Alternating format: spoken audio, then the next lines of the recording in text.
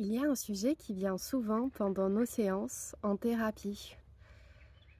C'est le fait que vous n'arriviez pas à vous connecter à votre ressenti, comme si vous étiez coupé de vos ressentis et que seul le mental travaillait.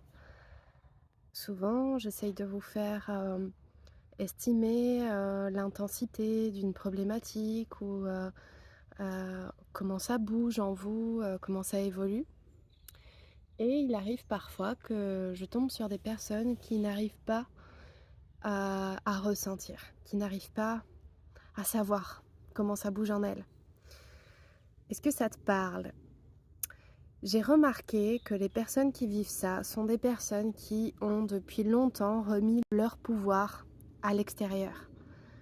Ce sont des personnes qui depuis longtemps se basent sur les avis des autres pour prendre des décisions dans leur vie.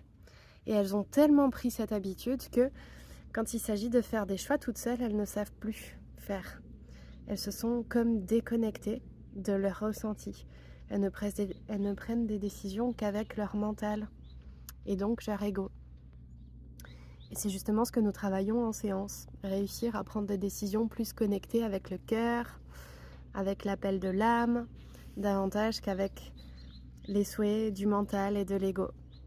Puisque l'ego s'affirmera toujours à travers des peurs, essaiera de vous maintenir dans une certaine zone de sécurité, une certaine zone de confort, tandis que la voix du cœur, c'est la voix de la joie, de ce qui vous fait vibrer, de ce qui vous rend heureux, heureuse.